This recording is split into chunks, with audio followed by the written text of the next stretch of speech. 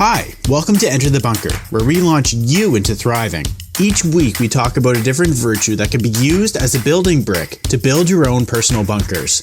We share personal stories, as well as tips and tricks to help you thrive instead of survive. So sit down, relax, and enter the bunker.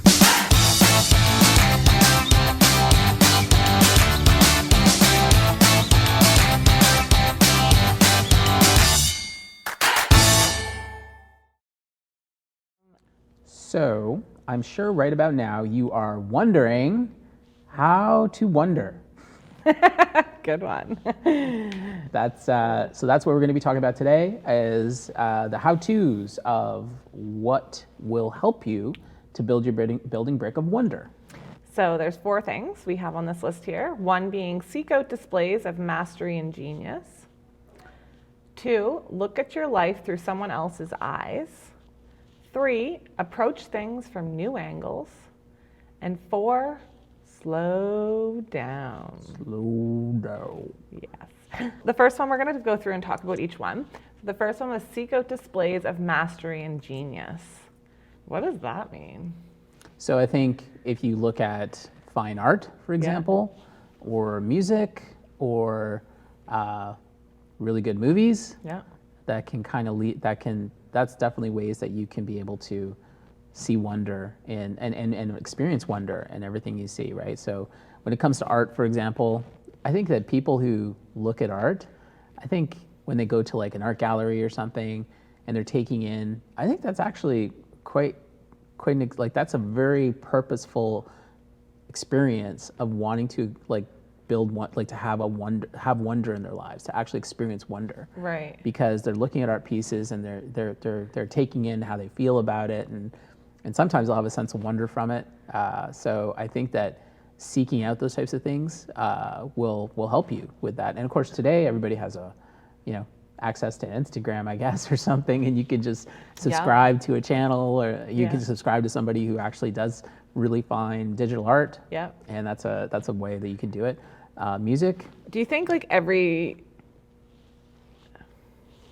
so for me, not being an artistic person, do you think, and Abigail is an artistic person, so to take the 2 of us, do you think that going to an art gallery wonder would affect us both in the same ways? No. Definitely not. I think Abigail would have a lot more appreciation and be excited about what she's experiencing there. Yeah. Versus you, when you just be like, you look at something and be like, what am I looking at? Yeah, that's nice. So it may be, again, it's probably an opportunity there to actually build on your building brick, because you may go with Abigail and then see how she interprets things, and then it opens up your eyes to possibly being able to understand better what it is you're looking at. Now when you go there, you have a better appreciation. Yeah. Right? Okay. And you said music. Yeah, music. So music's pretty big. I mean, a lot of people listen to music all the time. Yeah. So, of course, there's some music that is inspiring, that just like inspires wonder. Mm-hmm. Other types of music, not so much. Yeah. Yeah, no. I could, as we're going through these, I think of like art, and I'm thinking of the people that I know that would be a good practice for wonder for them. Or for music, like Riley comes to my head because he listens to music all day long. Yep. And then there's award-winning movies. Yeah, so if you're... I don't see how any of this, for me, I don't know what that would do. I mean, for other people, yes, but for me, in this list here, I don't see. Well, you're not much of a movie watcher, are you? No, or an art person or a music person. No hope for you whatsoever. So, I mean, there's some movies that I'm sure that if like somebody recommended a certain movie to you and just like, wow, you should really see this because it's amazing. Yeah. Then you're probably going to take a look and probably, then you have a chance to be able to experience that. I can't even say it because I can't remember the name of it because I'm so bad at movie names. The one that has like the singing with the...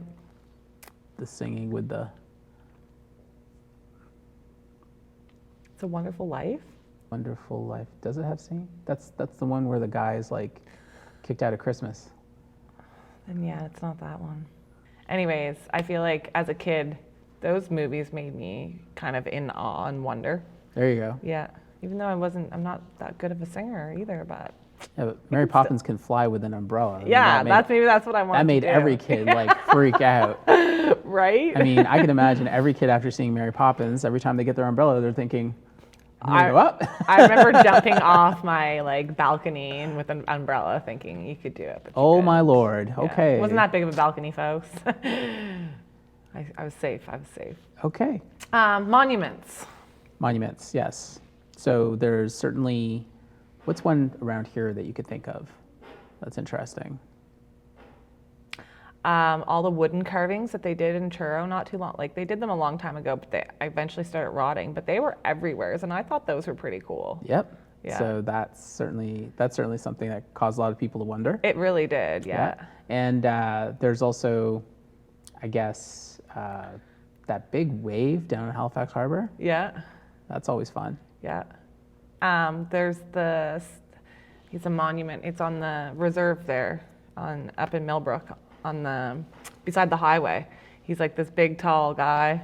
You know what? I think he has a name, but I forget his name. I don't know the name, but that monument, that caught my attention the most when I first came here. Yeah, of course. Yeah, I remember driving in and seeing that giant statue. I was like, whoa. It's humongous. Yeah, it's a good one for sure. All right, number 2 is look at your life through someone else's eyes. Yes. So how would that trigger wonder? Well, remember the within example, yourself, I guess? Well, like I suggested in terms of like going to the gallery with Abigail. Yeah. Right? Yeah. So rather than looking at things through your own eyes, you try to look at things and see how she's appreciating things. Right. So that gives you a new perspective, and that can often trigger new ways to wonder, right? Yeah. Because it's oftentimes when we aren't familiar with something, like take like art gallery, for example, and Abigail, who's like really artistic, right? She has a whole appreciation for it, and you don't. Right. Right. Yeah. So if you can look at things through her eyes by basically like asking lots of questions, I guess, and just really diving into seeing how she sees things, then you could be able to be like, wow, yeah, this is amazing. And whether you may not agree or disagree, but it's likely there'll be some things you're going to agree with, and you'll be like, yeah, I get it now. And then suddenly you got this whole other thing that you're just like, that just never occurred to me. And now that I can see that, having somebody else or engaging with others to help you gain perspective on things. I think that's huge. That's what allows you to be able to really have wonder for things. And how many times do we actually do this? And you're just like, I never thought of it that way. You're wondering all the time, right? Yeah. So it's just being able to get a new perspective on things thanks to looking at things through someone else's eyes. Right. And to like overcome the familiarity of things that you do every day. So like I said about the airplane and the 4-year-old, I think in the last episode, 3-year-old, like I said, those planes go by every day, but maybe you'll look up and that plane, I don't know, maybe just look up. You're familiar with the plane now, so just look up at something that you looked at 1,000 times and try to find wonder in it. You can see like how the child is reacting to it, right? And so they're just like, it's the so plane. Excited, jumping up and down. I'm like, I want to do that. And so of course you appreciate it because you're just like, you can see how excited they are and just like, yeah, it's the plane, and you can actually take in a little bit leftover wonder of what you used to have because you can see how that's exactly what gets. I did on the weekend. Exactly, yeah. And then I was also in awe that she was so happy with it. Like I was in wonder about that, being like, oh, I remember like being a kid and being that excited, or my kids being that excited. Like, yeah. Cool. Number 3 is approach things from new angles. Yeah. So that's kind of like doing something that you're ordinary. No, it's kind of like the one we just talked about before, which is look at your life through someone else's eyes. But once you've done that, you can approach things in new angles, right? True. No. But it's not necessarily just about how others see things through life, but how you approach life. Right. Right. So rather than seeing, the sun setting, think of the earth as rotating, right? So there's... The earth is flat. What? I'm kidding. I just had to throw that in there. never know. You never know, folks. You never know. Yeah, we do know, actually. So my sense of wonder is high for that. Really? Yeah. Well, it won't be long until you could actually go up on SpaceX or something and be able to see for yourself. Okay. There you go. $10 million. There you go. So if you have Bitcoin, maybe it'll happen. Yeah, I do. So yeah, the truth is that it's about looking at things and then just taking a different perspective on them yourself, right? And so being able to say that, it's one thing to look at, say, here we are in the studio and there's a ton of lights around me. I can look at it and just be like, oh, that's a white light. Or I can imagine that actually it's a whole spectrum of all these different colors that are all coming together. Wow. Like like a prism. Yeah. So there's all these opportunities to just take a different angle on things and then be able to actually be in a wow zone rather than just looking at things and going, meh, that's the way it is. Right? You made it seem a lot easier than what was going through my head. So what I was thinking of is, I don't know, because we were talking about getting into routines before and stuff too. So instead of taking what I was thinking, I don't know how to explain it. I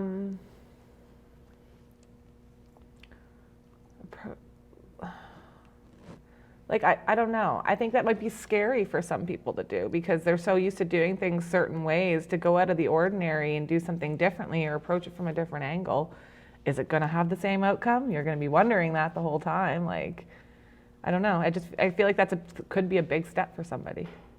Yeah, and so I can understand why doing something like this would be challenging for some people. Yeah. But that's also what makes it worthwhile. And you're building that muscle. Building that building brick. Yep. Building that building brick. Yes. And number 4 was slow down. Slow down. Slow down. Okay. Why do we want to slow down? Because there's not enough time in the run of a day. What? That's why you need to slow down. Okay. No, I don't know. So you can actually take the time to acknowledge. You have to slow down. I feel like if you want to approach things to do any of the 3 things that we said previously, you need to slow down first to even do that. So instead of just going this way every time, take a different angle. But in order to do that, you're going to need to slow down so you can go off to the other angle.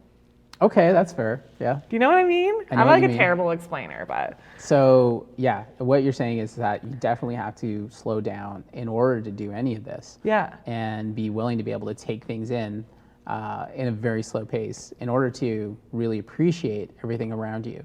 So, for example, if you're going for a walk in the park. Yeah. Right.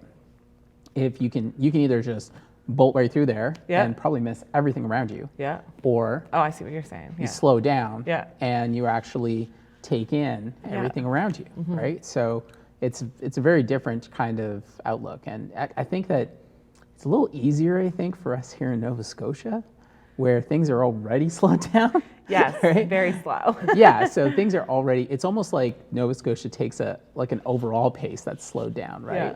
So when people come from other places in Canada even, or from the States, and they get into here, they're just like, oh my gosh, everything's slowed down. They're freaked out. Right? The pace. Yeah, because the pace just comes right down. And it took, I know just moving from here, from Ontario, I found myself right away. Even though I'd grown up here, I was just like, I couldn't, it was a weird adjustment. It's just like, why is everything going so slow? Why aren't things getting done? And I was just like, rrr. And then it took a little while until I was just like, okay, I'm into this now, and this is the way it goes. Yeah. Yeah. Do you like it better, the slowness? I think it's got good and bad things. And bad, yeah, there's some things that really could use updating. Yeah. I think that there's certain things that are simply. I was gonna say, healthcare. Yeah. So everything to do with government here basically can definitely use a little bit of warp speed. Yeah. But as far as how things get done, I think a lot of I think the tourism industry works at a pretty good pace. Mm-hmm. I think that a lot of industries generally work well, but when it comes to our government, it's just so slow compared to the rest of Canada. I mean, everybody knows that if they've been anywhere. Yes, even people we've hired in the past, I've talked to them and they're like, they were working in Montreal at the time and they were just telling me how much more advanced they are with everything. And I'm like, really? How is that possible. I've been in Nova Scotia pretty well my whole life, so I don't see how far advanced other provinces are, but Yeah. it's a known thing. Yeah. Yeah. You said something previously that made me wonder. Do you think you need to use your 5 senses to fully, because there's 5 senses, right? Smell, touch, taste, I don't know, those ones. Okay. Do you think you need to use your 5 senses to fully use wonder? Do you need your 5 senses to actually experience wonder? Yes, exactly. What you're There you wondering. go. Yeah, okay. That's what I'm wondering. So I don't think so. I think it would definitely help. It helps if you open yourself up to, if you become cognizant of actually using all your senses to actually experience something, then yeah, you're more likely to have a sense of wonder with whatever it is that you're doing. Yeah. But if you don't have a strong sense of, say, smell, or don't have a strong sense of touch, or you just can't as part of the experience, then I don't think that you need them all. No, but I think using 1 or 2 of them. Yeah. Always. Yeah. Whether it's smell, touch. But it really comes from our perception of it, because everybody's going to have the same, whatever the scent might be, everybody's going to experience the same scent. It's going to be a matter of what your attitude is in terms of what creates the wonder in it. Yeah. Right?